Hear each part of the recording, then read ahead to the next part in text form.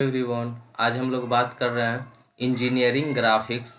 जो अमीन पोस्ट के लिए हम लोग तैयारी कर रहे थे एलआरसी। तो वहाँ पे हम लोग देख रहे थे इंजीनियरिंग ग्राफिक्स में हम लोग क्या क्या देखे थे कि ड्राइंग पेपर का साइज देखे थे, बोर्ड का साइज देखे थे, उसके बाद इसका 2D 3D फिगर देखे थे, उसके बाद हम लोग स्केल देखे थे, ठीक है, और कुछ यूनिट्स याद किए थे। उसके बाद बोले थे कि आपको कहाँ से ले चलेंगे, नेक्स्ट टॉपिक का स्टार्ट होगा। तो बोले थे ड्राइंग इंस्ट्रूमेंट से स्टार्ट होगा, है ना। तो पहले ड्राइंग इंस्ट्रूमेंट आपको दिखा देते कि ड्राइंग इंस्ट्रूमेंट क्या क्या है अपने पास, और कौन कौन सा ड्राइंग इंस्ट्रूमेंट का हम लोग यूज करते थे। डिप्लोमा किए थे तो वहाँ फर्स्ट सेमेस्टर और सेकेंड सेमेस्टर में आपको पढ़ने के लिए था इंजीनियरिंग ड्राइंग एंड ग्राफिक्स, ठीक है। तो वहाँ टोटल सब्जेक्ट को यहाँ एक टॉपिक बनाकर आपको कवर किया गया है ना, ये जो नोट्स दिया गया है। और भी आपके व्हाट्सएप ग्रुप पे नोट्स अवेलेबल करवाए हैं, ठीक है। एक दो दिन में और टोटल नोट्स अवेलेबल करवा देंगे। तो ये सबसे पहले देखिए, यहाँ पे एक मिनी ड्राफ्टर दिख रहा है, ठीक है। तो मिनी ड्राफ्टर है जिससे हम लोग क्या करते थे, परपेंडिकुलर लाइन, पैरेलल लाइन, आपका स्ट्रेट लाइन खींचने, एंगल्स, ये सभी क्या करना है, ड्रॉ करने में ये मदद करता था, जिसको हम लोग क्या बोलते थे, मिनी ड्राफ्टर बोलते थे, ठीक है। तो ये मिनी ड्राफ्टर है जो हम लोग बोला जाता था, सजेस्ट किया जाता था कि ओमेगा कंपनी को परचेज करना है, बिकॉज एक्यूरेसी इसका ज़्यादा होता है। अभी थ्योरी में पढ़ेंगे हम लोग कि क्यों मतलब ड्राइंग इंस्ट्रूमेंट है उसका क्वालिटी बढ़िया होना चाहिए। क्यों बढ़िया होना चाहिए? ताकि हमको जो ड्राइंग बनाए वो एक्यूरेट हो, ठीक है, और इजीली एंड एक्यूरेट ड्रॉ कर पाए, ठीक है। तो एक्यूरेट होने के लिए उसका इंस्ट्रूमेंट का क्वालिटी क्या होना चाहिए, बढ़िया होनी चाहिए। ये है रोलर स्केल। रोलर स्केल का काम क्या था कि ऑफसेट करने में, जैसे मान लीजिए कि एक लाइन है और इसी के पैरेलल यहाँ पे हमको लाइन खींचना है, तो नॉर्मल स्केल को उठाकर यहाँ लाते थे तो पैरेलल लाइन गड़बड़ा जाता था, ठीक है, पैरेलल हो ही नहीं पाता था। तो रोलर स्केल की मदद से इजिली हम लोग क्या करते हैं, एक लाइन के दूसरे लाइन के पैरेलल हम लोग ड्रॉ कर सकते हैं। तो इसको हम लोग क्या बोलते थे, रोलर स्केल। इसको हम लोग बोलते थे रोलर स्केल, ठीक है, जो 30 सेंटीमीटर में भी अवेलेबल था और 16 सेंटीमीटर में भी अवेलेबल था। 30 सेंटीमीटर वाला हम लोग कहाँ यूज करते थे, ड्राइंग पेपर पे करते थे, ठीक है, ड्राइंग सीट पे यूज करते थे। और 16 सेंटीमीटर वाला कहाँ करते थे, ड्राइंग कॉपी पे। ये भी दिखा देंगे, लास्ट में है वो भी। फ्रेंच कर्व की बात करते हैं। फ्रेंच कर्व क्या था, तो फ्रेंच कर्व आप देखे होंगे, आप खरीदे भी होंगे, फिर बेच भी दिए होंगे, ठीक है। तो इसका जो फ्रेंच कर्व है वो क्या करता है, इलिप्स बनाने में, जैसे हम लोग फ्री हैंड स्केच करते थे ना, जैसे इलिप्स बनाए, हाइपरबोला बनाए, पैराबोला बनाए, तो जैसे ये सब पॉइंट को हम लोग क्या करते थे, पॉइंट आउट करते थे। उसके बाद हमको क्या करना होता था, फ्री हैंड ड्राइंग इसमें करना होता था, ठीक है। हाथ से ऐसे करके मिलाते थे तो मिलाने में गड़बड़ हो जाता था, ठीक है, सही से मिल नहीं पाता था। जैसे इलिप्स बनाना था, इसको ओवल शेप का होना चाहिए, तो मिलाने में क्या हो जाता था, कॉर्नर बन जाता था, इस तरह से बन जाता था। तो ये सब से बचने के लिए हम लोग क्या करते थे, फ्रेंच कर्व का यूज कर लेते थे। देखिए इसमें बहुत सारा स्केल होता है जो अलग अलग शेप का होता है, तो इसके थ्रू हम लोग क्या करते थे, इलिप्स का शेप, हाइपरबोला, पैराबोला, ये सबको बनाते थे, है ना। तो ये फ्रेंच कर्व हो गया। ये ड्राइंग कॉपी हो गया, सबको पता है ड्राइंग कॉपी, ये देखे भी होंगे, बनाए भी होंगे। इस पे हम लोग 16 सेंटीमीटर वाला रोलर स्केल का यूज करते थे। ये नॉर्मल स्केल हो गया, ये पेंसिल हो गया, ये आपका इरेजर कटर देखे ही होंगे, ठीक है। चलिए, तो ये नॉर्मल स्केल हो गया, ये भी 15 सेंटीमीटर का, 30 सेंटीमीटर का आता है। ये पेंसिल हो गया। आगे पेंसिल के बारे में इंस्ट्रूमेंट्स बॉक्स हो गया, ठीक है। चलिए, ये आपका पेंसिल है, 2H पेंसिल है ना, यहाँ पे दिख रहा है 2H पेंसिल। तो इसी प्रकार के बहुत सारा पेंसिल आता था, H, 2H, 3H, 4H, इस तरह से, है ना। बी में भी आता था, B, 2B, 3B, 4B, इस तरह से। तो इसके बारे में बताएंगे, जैसे जैसे इसका एच बढ़ते जाता है, जैसे H, 2H, 3H, 4H, तो वैसे वैसे इसका हार्डनेस क्या होता था, बढ़ते जाता था। जैसे जैसे बी बढ़ते जाता है वैसे इसका सॉफ्टनेस बढ़ते जाता है। तो अभी जस्ट इसका थ्योरी में सब कवर करेंगे कि क्यों ऐसा होता है। एच का मतलब क्या, HB का मतलब क्या हो गया, एच का मतलब क्या हो गया, बी का मतलब क्या हो गया, अगर ट्रिपल बी है उसका मतलब क्या हो गया, ट्रिपल एच है उसका मतलब क्या हो गया, एफ मतलब फाइन ग्रेड हो गया। तो ये सब अभी थ्योरी में हम लोग कवर करेंगे। ये बोर्ड क्लिप है, बोर्ड क्लिप को भी आप लोग देखे ही होंगे, ठीक है। बोर्ड क्लिप का क्या काम था, ये सब ऑब्जेक्टिव में क्वेश्चन बना सकता है, ग्राफिक्स से और क्या क्वेश्चन आपको वहाँ ड्राइंग बनाने के लिए थोड़ के देगा कि ड्राइंग बनाइए आप। MCQs में ड्राइंग आ सकता है क्या। तो यहाँ से बहुत सारे इंस्ट्रूमेंट्स से भी क्वेश्चन बन सकते हैं। बोर्ड क्लिप का क्या काम है, तो हम बोर्ड ड्राइंग पे जो चार्ट पेपर अटैच करते थे, उसको चिपकाने में मदद करता था, उसको अटैच करने में मदद करता था कौन? बोर्ड क्लिप, ठीक है। और बोर्ड क्लिप के बाद एक और था, बोर्ड पिन आता था, बोर्ड पिन आता था, है ना। ये पिन आता है, इस तरह से पिन रहता था जिसको हम लोग क्या करते थे? चिपकाते थे वहां पे बोर्ड पे। उसके बाद ये प्रोटेक्टर हो गया, सबको पता है, एंगल हम बनाते हैं, एंगल कॉर्ड, ठीक है। ये आपका कंपास हो गया, ये आपका 16 सेंटीमीटर वाला रोलर स्केल हो गया, जो हम लोग कहाँ यूज करते थे? ड्राइंग कॉपी पर यूज करते थे। छोटा होता है 16 सेंटीमीटर का होता है, वो 30 सेंटीमीटर का, और कुछ नहीं।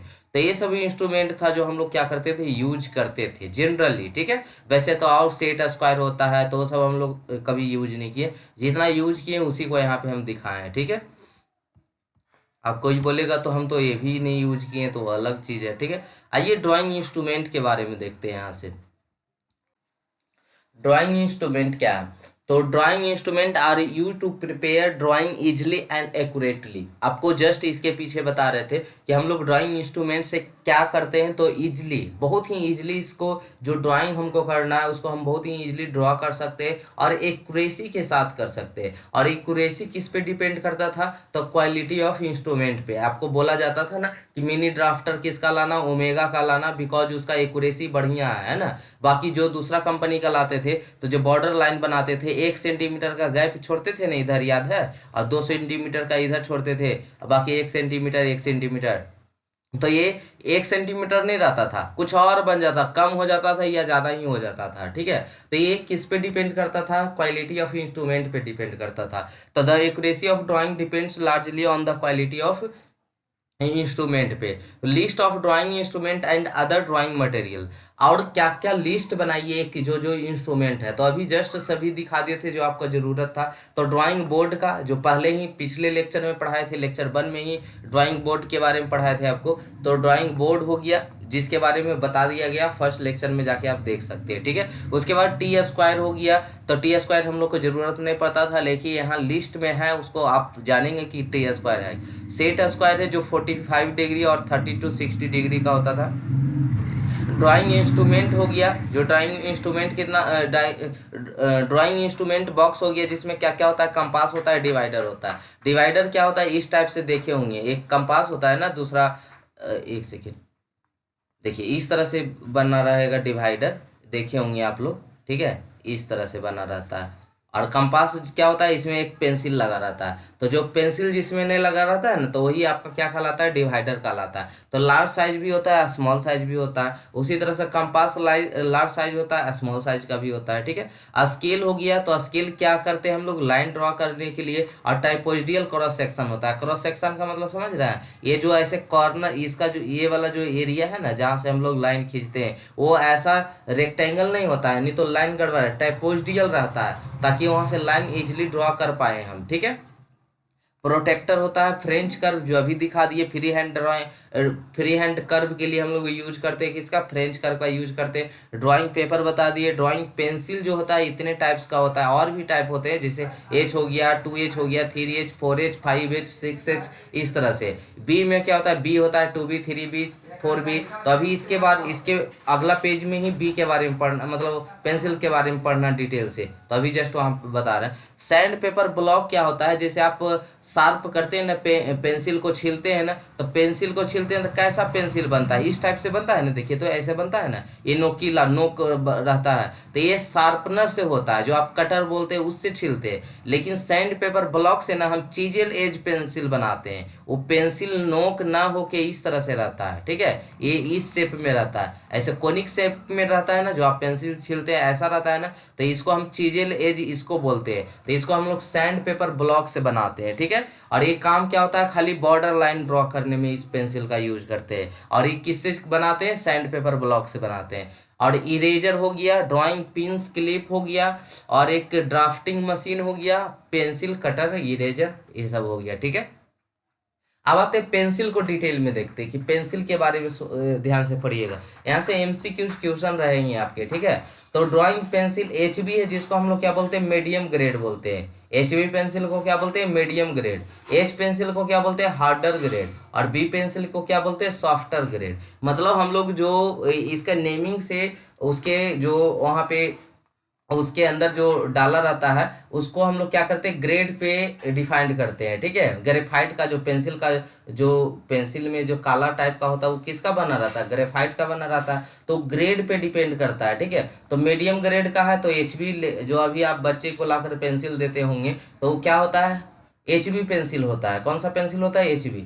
तो मीडियम ग्रेड हो गया। एच पेंसिल का यूज कर रहे हैं तो हार्डर ग्रेड है, ठीक है। और बी पेंसिल का यूज कर रहे हैं तो सॉफ्टर ग्रेड है। तो एच पेंसिल का हम लोग ड्राइंग में करते हैं, और बी पेंसिल कहाँ, जो आर्टिस्ट होता है ना, फेस उसका चेहरा उरा का फोटो बनाता है, वो बी पेंसिल का यूज करता है। जैसे जैसे बी का साइज बढ़ते जाएगा वैसे वैसे डार्कनेस बढ़ते जाएगा। ध्यान से सुनिएगा। जैसे मान लीजिए आपके पास बी है, एगो 4B है, ठीक है, B4 नहीं 4B है, ठीक है। तो बी वाला ना थोड़ा कम डार्क होगा, और 4B वाला ज्यादा डार्क होगा, मतलब काला काला जैसा हो जाएगा, ठीक है, ज्यादा डार्क होगा। तो इसका मतलब बी वाला में सुनिएगा ध्यान से कि बी का अगर रेंज बढ़ रहा है तो वो डार्कनेस भी उसका बढ़ते जाएगा, ठीक है, मतलब ज्यादा डार्क होगा। ये मान लीजिए कि बी वाला पेंसिल से इतना मोटा है, और मान लीजिए कि 5B वाला से, तो 5 वाला से इतना मोटा लाइन बनेगा, ठीक है, एकदम डार्क बनेगा। लेकिन वही इसका उल्टा हो गया यहाँ पे, एच है तो मतलब कि ठीक रहेगा, 2H रहेगा तो और पतला, 3H रहेगा तो और पतला लाइन, फिर 4H रहेगा तो और पतला लाइन। मतलब कि जैसे जैसे एच बढ़ते जाएगा वैसे वैसे हार्डनेस बढ़ते जाएगा। हार्डनेस का मतलब सही से दिखेगा नहीं, ठीक है, मतलब एच पेंसिल वाला तो दिख भी रहा है ना, लाइन बना रहे हैं तो दिख रहा है। और मान लीजिए 9H से बनाएगा तो लाइन भी नहीं दिखेगा, खाली हल्का सा लाइन दिखेगा। मतलब एच बढ़ेगा तो हार्डनेस बढ़ेगा, और बी बढ़ेगा तो सॉफ्टनेस बढ़ेगा। तो आई होप समझ में आ गया होगा, ठीक है। लीड में भी शार्प टू डिफरेंट फॉर्म। हम जो पेंसिल छीलते हैं तो दो फॉर्म में छिलाता है, एक कोनिकल पॉइंट, एक चीजेल एज। तो कोनिकल पॉइंट कितना होता है, कोनिका जो आप हमेशा पेंसिल छीलते हैं तो जे शेप आता है, तो इसको हम लोग ड्राइंग बनाने में यूज करते हैं। और जनरली जो शार्पनर होता है, जो कटर होता है, वो डिजाइन ही किया जाता है कि लगभग छीले तो कितना लेंथ का बने, 10 mm का बने, ठीक है। आपको बनाना नहीं होता, खुद ब खुद बन जाता है। और चीजेल एज जो होता है हम सैंड पेपर ब्लॉक से बनाते हैं, जो अभी इसके पीछे बता रहे थे। कैसा होता है सैंड पेपर ब्लॉक बताएं, जो आप बाल पुट्टी करते थे, वो रगड़े वाला नहीं रहता, जंग रगड़ने वाला एगो जो पेपर रहता है, जिसे रुखड़ा रुखड़ा रहता है, बाल पुट्टी उट्टी करता है तो उसको रगड़ रगड़ के प्लेन करता है, वैसा ही रहता है। तो सैंड पेपर ब्लॉक हो गया, इसको हम लोग यूनिफॉर्म थिकनेस के लिए यूज करते हैं, ड्राइंग के लिए नहीं करते हैं, ठीक है। आइए एचबी पेंसिल का कहाँ कहाँ यूज करते हैं, तो बाउंड्री लाइन बनाने में, आउटलाइंस बनाने में, फाइनल आंसर लिखने में, फ्री हैंड ड्राइंग बनाने में, टाइटल ब्लॉक बनाने में, डायमेंशन फिगर बनाने में किसका यूज करते हैं, एचबी पेंसिल का यूज करते हैं। एच पेंसिल का यूज कहाँ करते हैं, एक्सटेंशन लाइन में, डायमेंशन, ये सब लाइन क्या है आगे वाले पेज में है। एरो हेड में, कंस्ट्रक्शन लाइन में, फ्री हैंड स्केचिंग में, प्रोजेक्शन लाइन में, रेफरेंस लाइन में। और 2H 3H पेंसिल का कहाँ यूज करते हैं, सेंटर लाइन में, डॉटेड लाइन में, सेक्शन लाइन में। H मतलब वेरी हार्ड, बी मतलब रियली रियली ब्लैक, एफ मतलब फाइन ग्रेड, ठीक है। तो ये भी ग्रेड को आपको याद रखना है कि डबल एच का मतलब कौन सा ग्रेड का है, तो बोलेंगे वेरी हार्ड है, मतलब बहुत पतला लाइन बनेगा। और बी मतलब रियली रियली ब्लैक, जैसे पेन उग जाता है ना मोटा सा, वैसे मोटा सा उगेगा, ठीक है। और एफ क्या हो गया, फाइन ग्रेड हो गया, ठीक है। एच बी क्या हो गया, मीडियम ग्रेड हो गया। तो आई होप पेंसिल का ग्रेड सभी को पता हो गया, ठीक है। अब आते हैं सीट लेआउट और सीट मैनेज। अब आइए देखते हैं, तो सीट लेआउट और सीट मैनेजमेंट क्या है। जैसे आपके जो ड्राइंग बोर्ड पे आप जो एक सीट चिपकाते होंगे, पेपर चिपकाते होंगे, तो उसको हम लोग कैसे मैनेजमेंट करते हैं, ठीक है। मैनेजमेंट का मतलब उसका बॉर्डर लाइन क्या हो गया, टाइटल ब्लॉक क्या हो गया, ठीक है। तो आइए देखते हैं। तो पेपर का डायमेंशन तो पिछले बार याद करवा दिए थे, मतलब फर्स्ट ही क्लास में, लेकिन यहाँ भी लिख दिए हैं पेपर डायमेंशन, तो आपको याद होना चाहिए। और जो हम लोग यूज करते हैं वो कौन सा यूज करते हैं, A2 साइज। जो ड्राइंग बोर्ड पे जो ड्राइंग पेपर यूज करते हैं वो कौन सा होता है, A2 होता है, जिसका डायमेंशन 420x594 होता है। तो ये सीट को कैसे मैनेजमेंट करते हैं, तो ये आपको पहला जो लाइन दिख रहा होगा ना, ये चार्ट पेपर है। ये चार्ट पेपर है जो रेड वाला से कर रहे हैं, वो आपको चार्ट पेपर है जो आप लाते हैं मार्केट से, ठीक है। ये चार्ट पेपर हो गया। चार्ट पेपर को बोर्ड पे हम लगा दिए, ठीक है, रेड से बॉर्डर लाइन बना दिए यहाँ पे, ठीक है, ये रेड से बॉर्डर लाइन बना दिए, तो ये चार्ट पेपर है। तो चार्ट पेपर पे हम लोग क्या करते थे ना, बॉर्डर लाइन देते थे, याद ही होगा, आप पढ़े होंगे तो याद ही होगा। तो बॉर्डर लाइन देते थे, कितना देते थे, आगे से कितना छोड़ते थे, 2 सेंटीमीटर छोड़ते थे, जिसको हम लोग 20 mm बोल सकते हैं, क्योंकि 2 सेंटीमीटर के बराबर 20 mm हो गया। उसके बाद चारों तरफ 1-1 सेंटीमीटर का गैप छोड़ते थे, कितना छोड़ते थे, 1 सेंटीमीटर 1 सेंटीमीटर का। आगे कितना छोड़ते थे, 2 सेंटीमीटर छोड़ते थे, ठीक है। तो ये हो गया बॉर्डर लाइन, इसको हम लोग क्या बोलते हैं, बॉर्डर लाइन। ये ब्लू वाला से हो गया आपका क्या, बॉर्डर लाइन। आगे हम लोग कितना छोड़ते हैं, याद कीजिएगा, 2 सेंटीमीटर, और चारों तीनों तरफ कितना छोड़ते हैं, 1 सेंटीमीटर 1 सेंटीमीटर। कोई प्रॉब्लम, यहाँ तक कोई प्रॉब्लम। फिर हम लोग लेफ्ट कॉर्नर में एक क्या बनाते थे, टाइटल ब्लॉक बनाते थे। ये टाइटल ब्लॉक हो गया, ये टाइटल ब्लॉक हो गया, ठीक है, ये टाइटल ब्लॉक। तो टाइटल ब्लॉक का यहाँ पे डायमेंशन, इसको पूरा मिटा दिया, पूरा इरेज कर देते हैं, और फिर टाइटल ब्लॉक को स्पेशली दिखाते हैं यहाँ पे, ठीक है। तो आइए टाइटल ब्लॉक को देखते हैं कैसे, एक सेकेंड। देखिए, सबसे पहले ये 18.5 सेंटीमीटर का एक लाइन खींचते हैं जो लेंथ वाइज होता है, ठीक है। 18 पॉइंट, देखिए यहाँ पे बना बना हुआ भी है, और आप पढ़े होंगे तो याद भी आ गया होगा, ठीक है। बस डायमेंशन आपको याद नहीं होगा तो वो याद करवा देते। तो 18.5 सेंटीमीटर का क्या था, ये 18.5 सेंटीमीटर का लेंथ था, और 6.5 सेंटीमीटर का क्या होता था, ये विड्थ होता था, ठीक है। तो ये हो गया आपका इस तरह से, यहाँ पे एक टाइटल ब्लॉक हो गया। फिर क्या करते थे हम लोग, 20 mm पे, यानी आप जिसको 2 सेंटीमीटर बोल सकते हैं, 2 सेंटीमीटर पे एक और हॉरिजेंटल लाइन खींचते थे, एक और हॉरिजेंटल लाइन खींचते थे, ठीक है। अच्छा, वर्टिकल लाइन दो गो खींचते थे, एक 25 mm पे और एक 55 mm पे, एक 55 mm पे। तो 55 mm पे, 25 mm पे खींच दिए, इधर से 55 mm, इधर से 25 mm, बीच में जो स्पेस बचा, जो बचा, क्योंकि ये पूरा कितना हो गया, 18.5 सेंटीमीटर का मतलब 185 mm। तो 185 mm में 55 mm इधर और 25 mm इधर, यानी कितना हो गया, 55 और 5 60 20 80, बाकी जो बचा ये इतना mm का ये वाला लाइन हो गया, ठीक है। चलिए, इसमें क्या करते थे, जो 25 mm वाला है उसको भी दो पार्ट में डिवाइड कर देते थे। हाइट इसका 2 सेंटीमीटर मतलब 20 mm, तो 1 सेंटीमीटर पे 1 सेंटीमीटर पे, और ऊपर वाला में स्केल लिखते थे, नीचे उसका स्केल का डायमेंशन लिखते थे, रेशियो। यहाँ पे टाइटल ब्लॉक डैम बनाना है, क्या बनाना है उसके बारे में लिखते थे। यहाँ पे name, college name, roll number, ये सब लिखते थे। तो आपको बॉर्डर लाइन का टाइटल ब्लॉक का डायमेंशन याद रखना है। हॉरिजेंटल कितना, 18.5 सेंटीमीटर, वर्टिकल कितना, 6.5 सेंटीमीटर, ठीक है। और ये जो वर्टिकल लाइन नीचे 20 सेंटीमीटर 2 सेंटीमीटर वाला हम दिए, वो 55 mm इधर से और 25 mm इधर से, ठीक है। तो आई होप ये भी क्लियर हो गया हो, कोई दिक्कत नहीं, ठीक है। तो सीट मैनेजमेंट में कोई दिक्कत बाबू, सीट मैनेजमेंट या सीट लेआउट जिसको हम लोग बोल रहे हैं, सीट मैनेजमेंट बोल रहे हैं, ठीक है।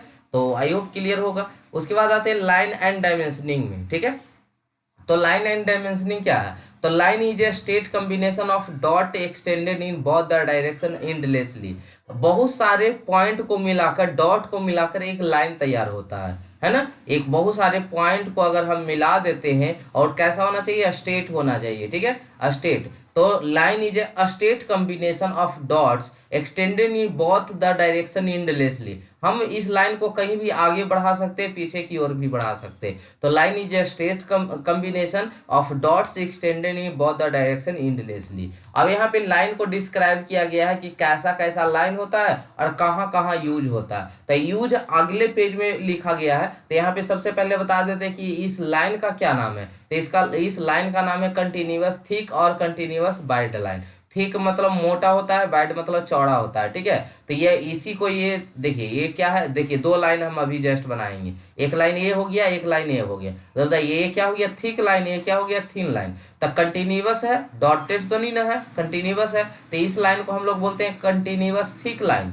जो पहला लिखा हुआ है आप देख रहे होंगे, दोनों फिगर को देख ही सकते हैं। तो यहाँ पे क्या है, ये कंटिन्यूअस थिक लाइन मोटा लाइन, ये क्या है, कंटिन्यूअस थिन लाइन पतला लाइन, ठीक है। और बाकी जो जनरल एप्लीकेशन है ना, अगले पेज में बढ़िया से और डिस्क्राइब कर रहा है। तो यही चीज वहां लिखा रहेगा, तो वहां पे फिगर और यूज देकर लिखा है, तो उसको अगले पेज में समझा रहा है। खाली यहाँ पे लाइन के बारे में सीखिए। ये क्या, कौन सा लाइन है, कंटिन्यूअस थिक। तो ये कंटिन्यूअस थिक और कंटिन्यूअस वाइड लाइन हो गया। उसके बाद हम लोग कंटिन्यूअस थिन लाइन को देखते हैं। तो कंटिन्यूअस थिन लाइन हो गया, जिसे कंटिन्यूअस नैरो लाइन भी बोलते हैं। तो ये आपका हो गया कंटिन्यूअस थिन लाइन। और continuous thin free hand, free hand बनाने में थोड़ा बहुत इस तरह से हो जाता है, तो ये कंटिन्यूअस थिन फ्री हैंड हो गया। इसको इंटरप्टेड व्यू एंड सेक्शन को दिखाने के लिए ऐसा बनाते हैं हम लोग, चलिए तो बाकी आओ यूजेज आगे बता रहे हैं आपको। लॉन्ग कंटिन्यूअस थिन जिगजैग हो गया, जिगजैग लाइन, जैसे मान लीजिए कि दीवार को हमको दिखाना होता था ना, आप बनाए होंगे तो दीवार अगर और लंबा है तो इसको हम लोग क्या करते थे कि हमको कम शॉर्ट दिखाना है तो इस टाइप से यहाँ पे क्या कर देते हैं, मतलब इसका मतलब क्या है कि और आगे एक्सटेंड कर सकता है, ये दीवार आगे और बढ़ेगा, ठीक है, मतलब और आगे भी है। तो ऐसा दिखाने के लिए हम लोग किसको करते थे, तो कंटिन्यूअस थिन जिगजैग करते थे। इस लाइन को देखिएगा, इसको हम लोग लॉन्ग ब्रेक लाइन में यूज करते हैं। डैश लाइन कहाँ कहाँ यूज करते हैं, तो इसको हम लोग पहले इसको क्या बोलते हैं, तो डैश थिक बोलते हैं। थिक मतलब मोटा मोटा डैश रहेगा, मोटा मोटा डैश रहेगा, ठीक है। और डैश थिन क्या हो जाएगा, इस तरह से, ठीक है, इस तरह से। तो दोनों में देखिए डिफरेंस दिख रहा है, ये क्या है, थिक है, ये थिन है। तो डैश थिक ये कहाँ यूज करते हैं, line showing possible surface treatment में, ठीक है। ये क्या हो गया, थीन हो गया है। तो ये डैश थीन हो गया, जहां हिडन आउटलाइन हिडन एज में हम लोग यूज करते हैं। एक है चेन थीन लॉन्ग डैश डॉटेड, चेन थीन और लॉन्ग डैशेड, ठीक है।